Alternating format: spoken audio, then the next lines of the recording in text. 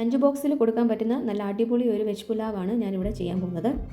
ആദ്യമായി മിക്സർ ജാറിലേക്ക് 1 ടീസ്പൂൺ കുരുമുളക്, പട്ട, 4 ഗ്രാമ്പൂ, ചെറിയ കഷ്ണം തക്കോലം, ചെറിയൊരു കഷ്ണം ജാതിക്ക, 1 ടീസ്പൂൺ കസ്കസ്, ചെറിയൊരു കഷ്ണം ഇഞ്ചി, 4 അല്ലി വെളുത്തുള്ളി, 1 തക്കാളി, 1/2 കപ്പ് തേങ്ങ, 1 പിടി പുതിനയില, കുറച്ച് മല്ലിയില ഇവ അരച്ച് എടുക്കാം.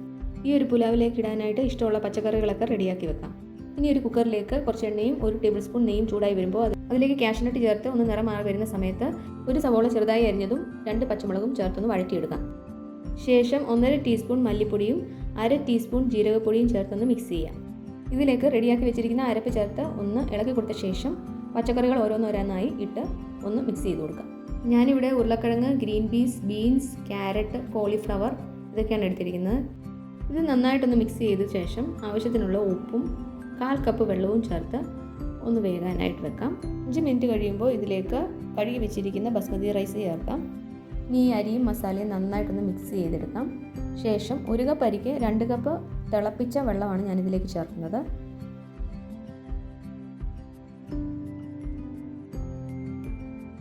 ഇതിലേക്ക് ആവശ്യമുള്ള ഉപ്പിട്ട് കുക്കർ മൂടി വെച്ച് വേവിക്കാം. വിസിൽ വരുന്നതിന് മുമ്പ് തന്നെ സ്റ്റവ് ഓഫ് ചെയ്യാം. ഇതിൻ്റെ പ്രഷർ ഫുള്ള് പോയ ശേഷം കുക്കർ ഓപ്പൺ ചെയ്യാം. അങ്ങനെ കുക്കറിൽ വളരെ എളുപ്പത്തിൽ പുലാവ് റെഡി ആയിട്ടുണ്ട്. അപ്പോൾ വീഡിയോ എല്ലാവർക്കും ഇഷ്ടപ്പെടുമെന്ന് വിചാരിക്കുന്നു. ലൈക്ക് ചെയ്യാനും കമൻറ്റ് ചെയ്യാനും സബ്സ്ക്രൈബ് ചെയ്യാനും മറക്കരുത്.